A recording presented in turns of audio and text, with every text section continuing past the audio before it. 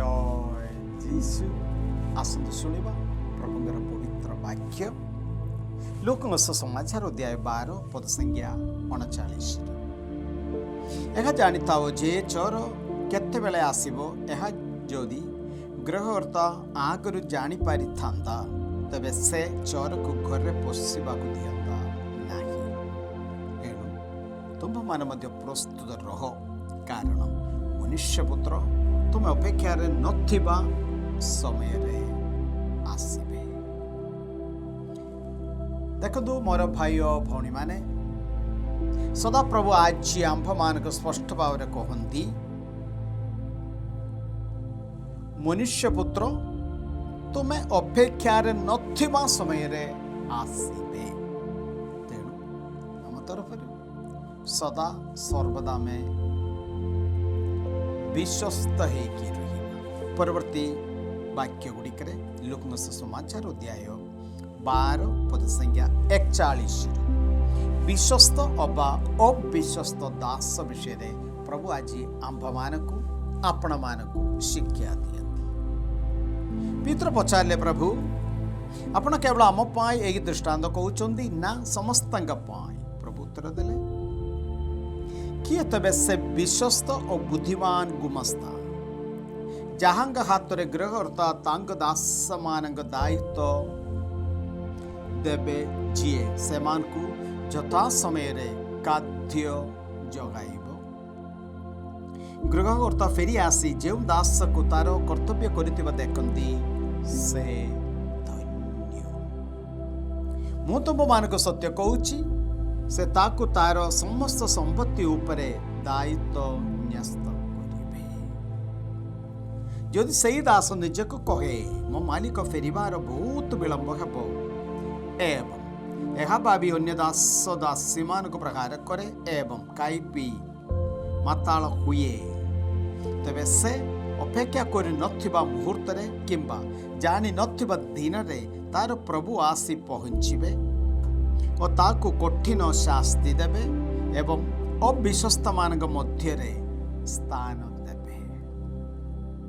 एणु जो दास निजर मुनिबंगर इच्छा जानी सुधा प्रस्तुत रहे नाही एवं निज मुनिबंगर उद्देश्य साधन पाई कार्य करे नाही ताकु कठोर प्रहार दियाजिबो। मात्र जे न जानी शास्त्री योग्य कार्य करे से अल्प प्रहार रे योग्य हेबो। एणु जहांकु बहुत दिया जाइछि ताटारो अधिक आदाय करा जिवो एवं जहांकु अधिक किछि न्यस्त करा जाइछि ताटारो आहुरी अधिक दाबी करा जिवो।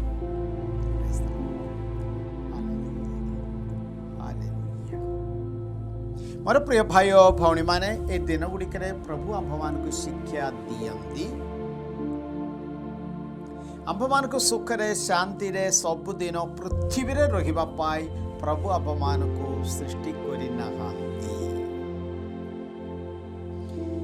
आमे एही पृथ्वी रे आमे तीर्थ यात्री माने शक लोक समाचार अध्याय 12 पद संगे 45 सज्जाग दास विषय हो आज विशेषकर विश्वस्त अविश्वस्त दास विषय हो यह ही प्रभु आंभ मान को शिक्षा दियंती। जदि आमे ए पृथ्वी रे तीर्थ यात्री माने एले केबे केते बेले मु मोर लक्ष्य स्थान रे मु पहुंचबी ता अपेक्षा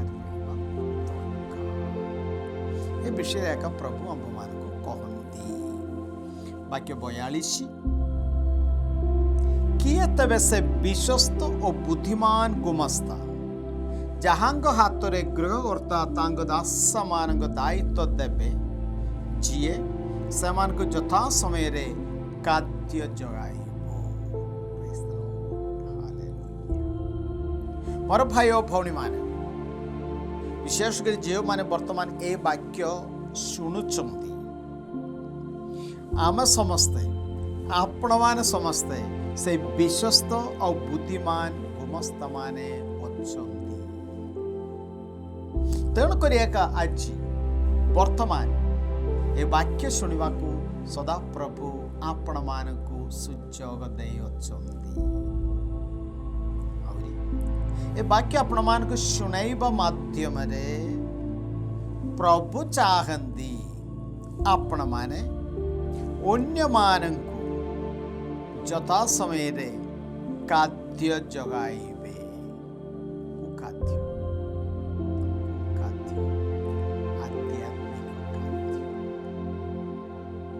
ବାକ୍ୟ ଦେବେ। ସଂସ୍କାର ଗୁଡ଼ିକ ଗ୍ରହଣ କରିବା ପାଇଁ ସେମାନଙ୍କୁ ଆହ୍ୱାନ କରିବେ, ପ୍ରସ୍ତୁତ କରିବେ।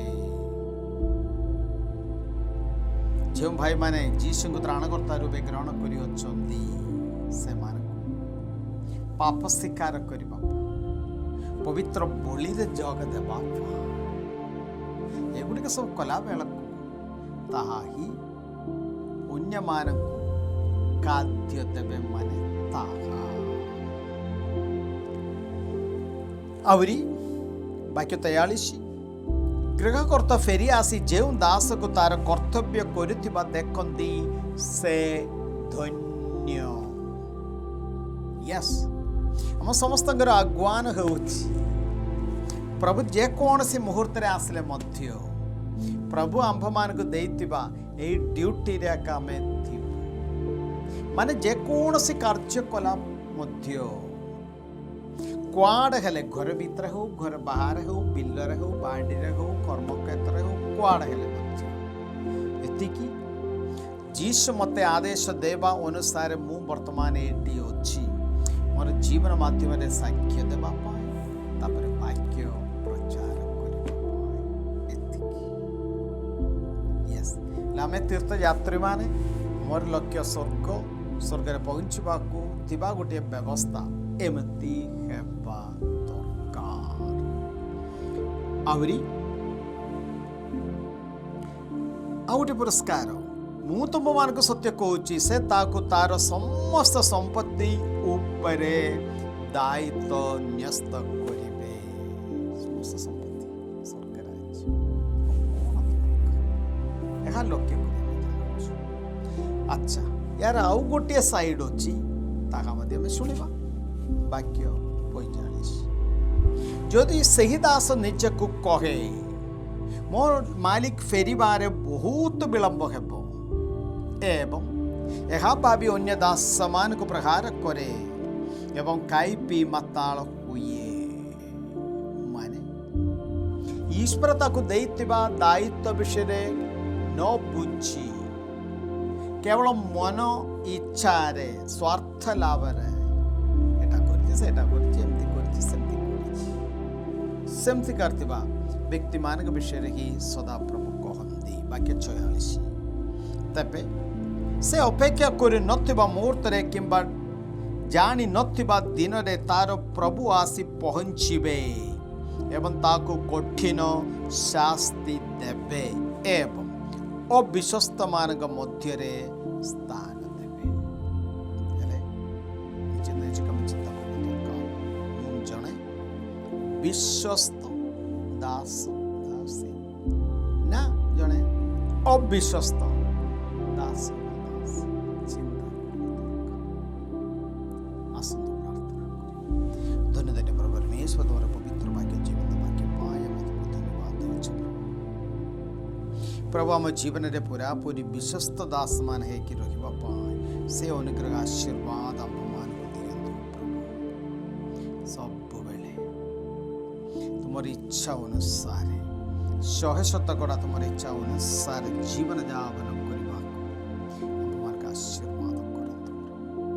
ବିଶେଷ କରି ଅନ୍ୟମାନଙ୍କୁ ବାକ୍ୟ ଦେବା ପାଇଁ, ସଂସ୍କାର ଗୁଡ଼ିକ ଗ୍ରହଣ କରିବା ପାଇଁ, ସେମିତିକାର ଗୋଟେ ପରିବେଶ ସୃଷ୍ଟି କରିବା ପାଇଁ ଆମେ ପ୍ରତ୍ୟେକ ଜଣଙ୍କୁ ଆଶୀର୍ବାଦ କରନ୍ତୁ। ସର୍ବଶକ୍ତିମାନ ପରମେଶ୍ୱର ପିତା, ପୁତ୍ର ଏବଂ ପବିତ୍ର ଆତ୍ମା ଆପଣମାନଙ୍କୁ ଆଶୀର୍ବାଦ କରନ୍ତୁ। ଆମେନ୍। ସମସ୍ତ